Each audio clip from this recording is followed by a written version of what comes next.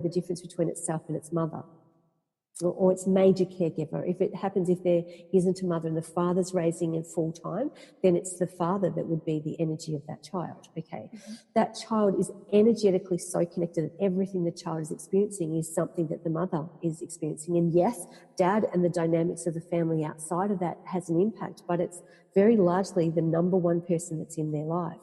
And so when the child turns 2, the mother's often given up so much of themselves in taking and nurturing this child that they have to then remember who they are and step back. And then the mother, from the age of 2 on, the mother's job is to actually teach the child the skills of emotional, mental, physical, spiritual well-being.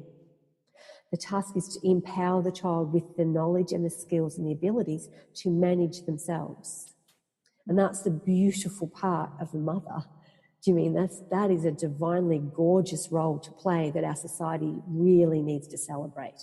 Because healthy, well-being, well-adjusted children stem from a mother that's healthy and well-adjusted, a mother that's beautifully nurtured and supported to do her job, a mother who actually is able to be present to her child but know her role really clearly. And we don't do a good job of helping mothers know that at all. You know, what I find is mothers sitting in my room crying their heart out when I say, this is the beautiful role you play, you know, and you need this support around you, and they often are feeling really isolated and alone. And so in their stress, they're not able to go with the flow. You know, the beautiful thing about a feminine energy is that it flows. It's in the moment. You know, women are amazingly adjustable and adaptable to the changing needs of their child. But to do that, we've got to value that role, and we have to have a lot of support to be able to do that around the women so that they can be very present. But the presence, once the child turns 2, needs to shift to recognising the child as an individual, separate from themselves, and the child needs to have a sense of their own identity. So all that no that the children do is them identifying themselves as separate. And when mums, you know, come in and go, oh, my child's really, and I go, awesome. Good. That means you're doing a really good job, because your child needs to have their own independence. You've got to embrace that and teach them and empower them to have that independence. We don't need quite all that friction, but we do need to be able to have that separation, but not abandonment. You know, that it's a real balancing that some parents want to just pull right back and go, fine, I'll let them do everything. Well, no. Teach them the skills. Once we break it down, in a sense, to a job, because it is a job, you know, to do that, teach the skills and be really conscious of the role to play. It then gives parents, mums, and dads. Dad has a different role. So dad's role, so if we go from an archetypal point of view, the mother principle, the mother energy is about creating a safe environment within the home where the child knows that they can always come back to that safety net. No matter how hard the life gets, there's a safety net called the mum. Right? Dads are about preparing the child for the outside world. So in the early years, the child is contained within the home. It doesn't need to be prepared. And what happens when the child gets ready to go off to kindergarten or off to school, the child's own emotional development it will shift from mum and go to dad. Because the child needs to learn how to be ready for the outside world. Okay. And I get lots of mums coming in, all a bit distressed and upset that they don't need me anymore. And it's like, they'll be back soon. Once they've learnt the skills they need to learn from dad, then they'll come back to the safety of mum. And so that safety net is there. And then when, you know, say they do go to kinder, then they have to prepare, and then they'll learn what they need from dad. They'll go off to kinder and they'll come back to mum to make sure they're still okay. Right? And then when they're ready to go to primary school, they'll go back to dad for a few months to learn how do you deal with the outside world. Teenagers, the same thing. They will want it. They'll want the information dad's got to prepare them for the outside world. Now, if there's not if mum or dad's not there, it's about being conscious of the role and providing someone who can play that role. So uncles are great, grandfathers are great, grandmothers, aunts, you know, but a child needs both a mother and a father principle, the feminine and masculine energy. And it does definitely make it easier for parents if there's someone else who can play that role. So even single mums need a good brother or an uncle for their children, or a grandfather, or a masculine male role model who's willing to be consciously present to play that role as the child grows and develops and gets ready for each of its own developmental stages. And that's how we grow. And so when those things don't happen, that's how we got our wounds. That's where our stuff got messed up. And part of that is because no one really understood those roles, those things. Again, the next time I get lots of mums coming in really confused is when their child turns about 9. The 9 to 11 stage is where children realise the degree of conditionality. And in that, they then start questioning things, and they'll say, and this is the line I always know the child's turned 9, mum will come in and go, oh, I'm fine, except all of a sudden my child keeps saying to me, but would you really love me if I did this? But maybe you don't really love me if I don't do that. And it's like, and the response, of course, that comes from a parent that doesn't understand what's happening is, oh my God, don't be ridiculous. What happens in the 9-year-old child's brain is, oh, they don't want to tell me that I wouldn't be lovable if I didn't do what they wanted. So these expectations we feel really pressured about, they start when we're 9. That's when we learn about expectations in a very, very personalised way.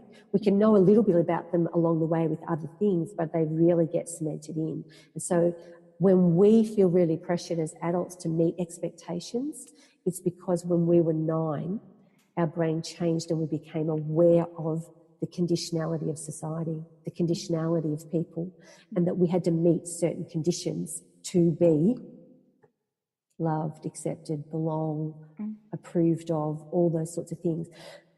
And I work with lots. I've got so many parents who bring their 9-year-olds to me at the moment, and it's just divine to work with the 9-year-old to 11-year-old and discuss what their brain is aware of, because it's really painful for them. They have to face this reality that there's these conditions, and they want to go back and be childlike before they knew, and they want to jump ahead and be the adult where they think that they're in control of everything, because they think somehow we're in control of everything, but we're not. Do you mean? But they just don't. They just wish they didn't know what they now know. And I actually said that just to a 9-year-old this week. Do you wish you didn't know what you now know? And he went, yes.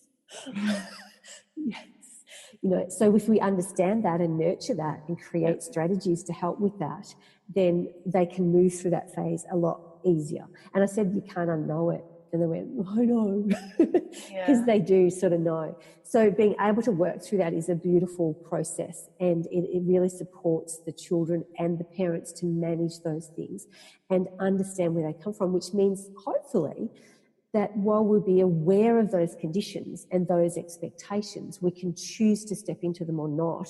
And that's the power we can actually teach our children, that they've got those freedoms to understand their brain development, but also understand our society and the influences on them, that they get to choose each of the steps along the way. So also for the parents you're talking about before, part of the work is going back and healing your own wounds. So like as your child grows, that's, I guess, brings up past memories or traumas or feelings or whatever it is that you hadn't worked through, hadn't had the opportunity to resolve at the time. So how do you assist parents to do that at the same time as their children do?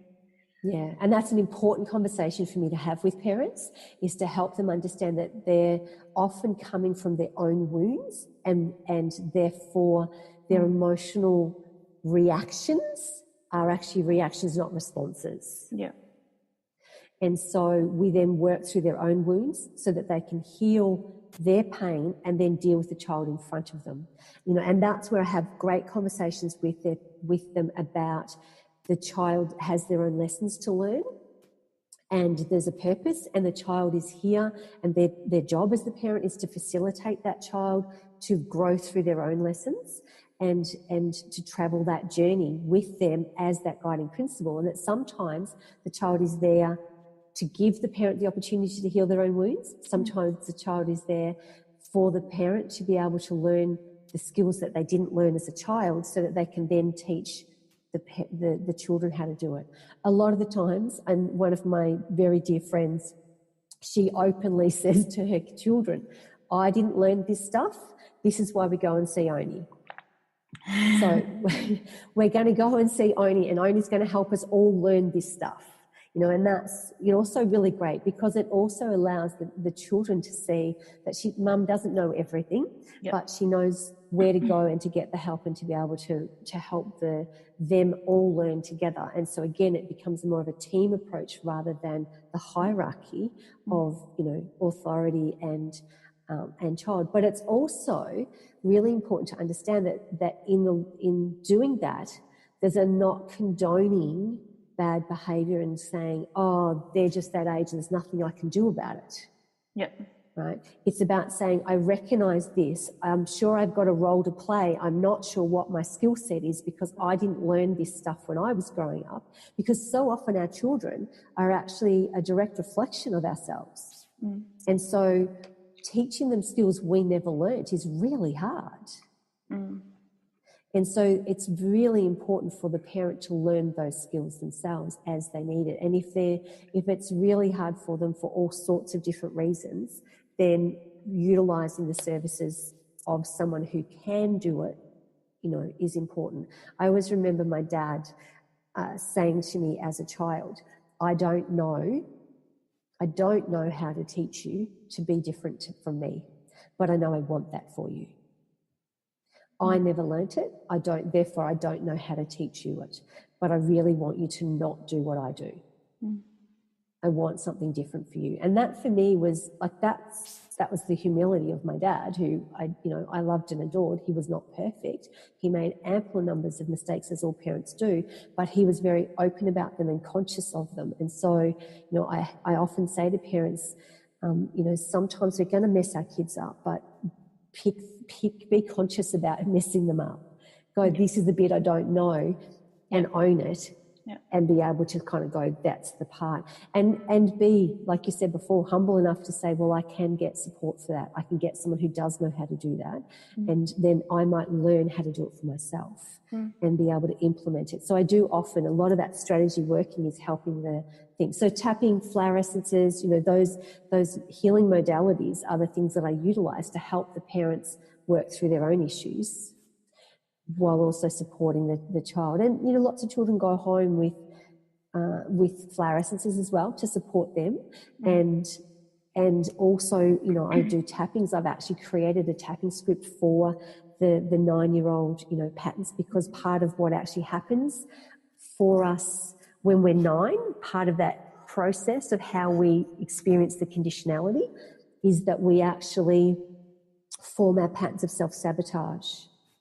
And so those patterns of self-sabotage, the computer's going to do, is that we're able to then break out of and prevent us from forming patterns of self-sabotage that we don't really want to be making happen in that sense. So I see lots of kids, safety, bullying becomes a really big issue around that age. So there becomes a number of opportunities for kids to be able to step out of forming patterns of self-sabotage at that time. So, yeah, it's a really valuable opportunity to really shift and change things. Yeah, wow. And this would form a really great foundation for their future as well. Absolutely. Yeah. And, the more that they can actually learn and understand that, the better, that we can support them to embrace their own humanity, embrace being human beings, embrace what it really feels like to grow and learn, and that we don't have to know everything all at once, that we are able to develop our skills as we go. That we don't have to have it all right and perfect before we start, that we're not expected to know everything before we can possibly know it. Yeah, it's a process. It's a process. And process living is really important, really, really important. I'm just curious because I've heard, on various Facebook forums mainly, Yes. you know, what is the worst or the most challenging stage? And I find that really interesting because, you know, I've also heard that